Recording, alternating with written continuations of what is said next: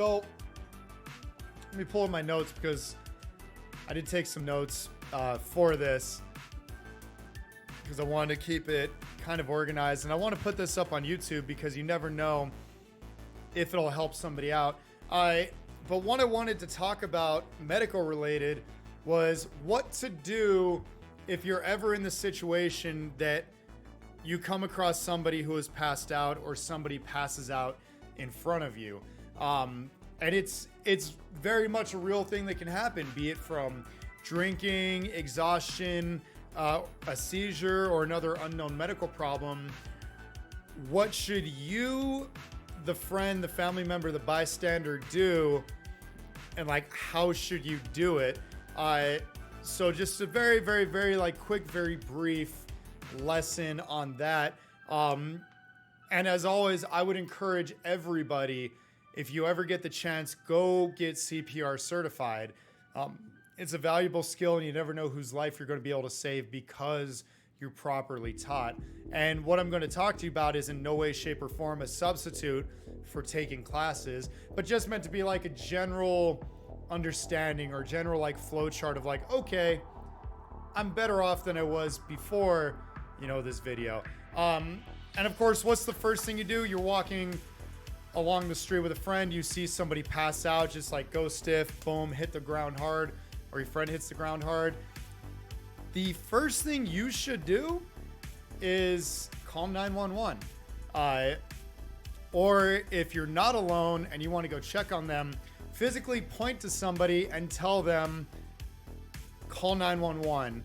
And what the pointing and commanding somebody else to do it does is it prevents what's called the bystander effect. Bystander effect being, of course, that everybody assumes somebody else is going to do it.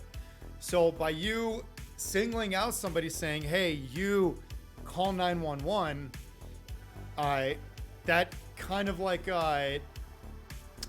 it's like a call to action for them. And now they're going to be the ones to be like, oh, I need to call. Or if they don't have a phone, they'll look to somebody else and be like, I don't have a phone. Hey, you call. The next thing you do, and it seems super obvious, but I can't tell you how many times we've responded to calls and they're doing deep, good chest compressions, doing CPR on somebody, but they forgot to do one thing first, and that is check and make sure they're breathing and check and make sure they have a pulse. And there's several ways to check a pulse, and you can actually do this right now, just where you're sitting by yourself, or if you have somebody next to you, it's really good.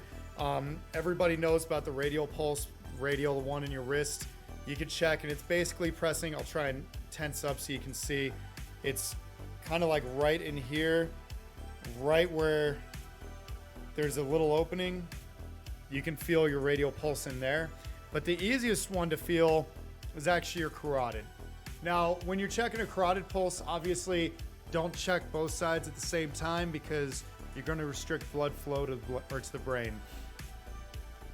But yeah, if you just press right in here, just kind of gently on yourself, you should start feeling a pulse.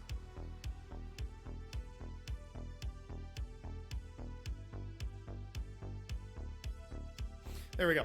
So you should have been able to find it. There's other pulses that we can check. There's the brachial pulse, brachial on the bicep, radial on the wrist. Easy ways to remember. You got your carotid. You got your femoral pulse. That is very invasive, so we only do it when we're checking codes, but that's basically like right in here. Check a pulse. Check and make sure they're breathing.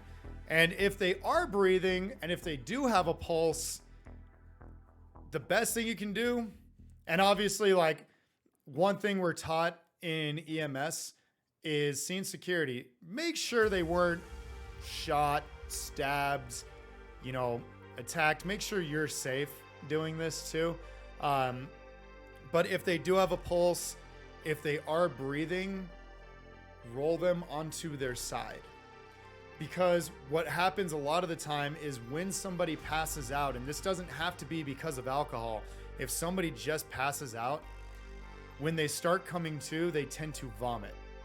And what will happen is if they're laying on their back and they vomit, they'll start to choke on it or asphyxiate. And we want to prevent that. So just roll them onto their side, make sure they're you know, in like a comfortable position. Don't snap their arm doing it or anything.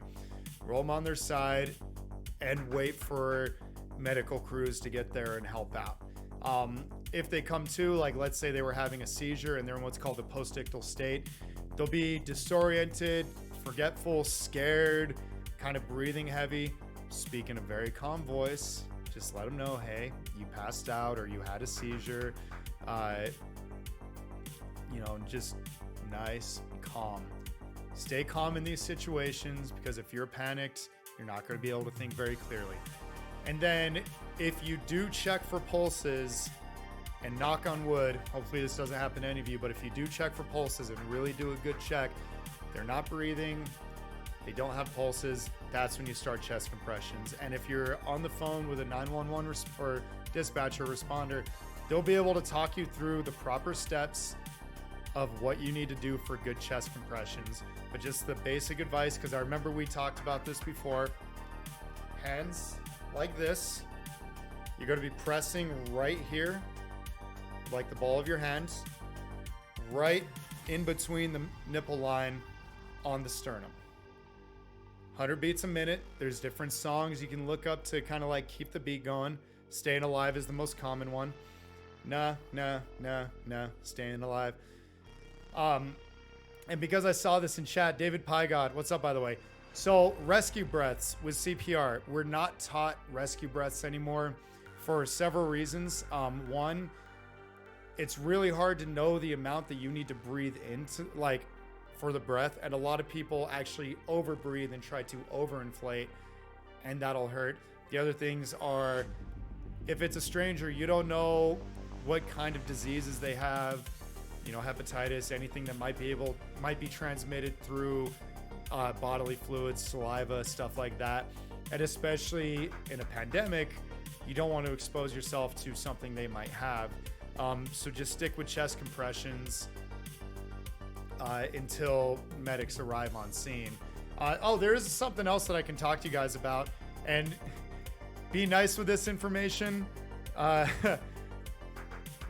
because this hurts a lot, and it's a really funny prank, or it can be a funny prank, but it hurts. So to check how alert they are, we use what's called the AVPU scale, AVPU. A is for alert. That's how you and I are now. I can talk to you. I acknowledge you exist. Somebody walks by. I know they're there. I'm considered alert. V is for verbal, and that's where somebody's kind of like sitting down, and then if you say, hey, Kyle, then they kind of look, but if you don't like draw their attention, they are zoned. P is for painful response or painful stimuli. And that's where they are unconscious. And we have different ways of testing what will alert them when it comes to painful stimuli. Stimuli. And the last one is unresponsive, unconscious. So the main thing we do is called a sternal rub. Your sternum is right here in the center of your chest. It's that bone you feel if you tap like this. When we do a sternal rub on somebody, you get these knuckles right here, your finger knuckles, and we put it on the sternum. And seriously, if you've never done this, just try it on yourself, very gentle, and you'll realize that when we do it, we press deep. Nobody is going to fake being unconscious through one of my sternal rubs. I can promise you that. But yeah, just right here, and just start rubbing your sternum with like a little bit of force, and you realize it hurts. It hurts like a mother.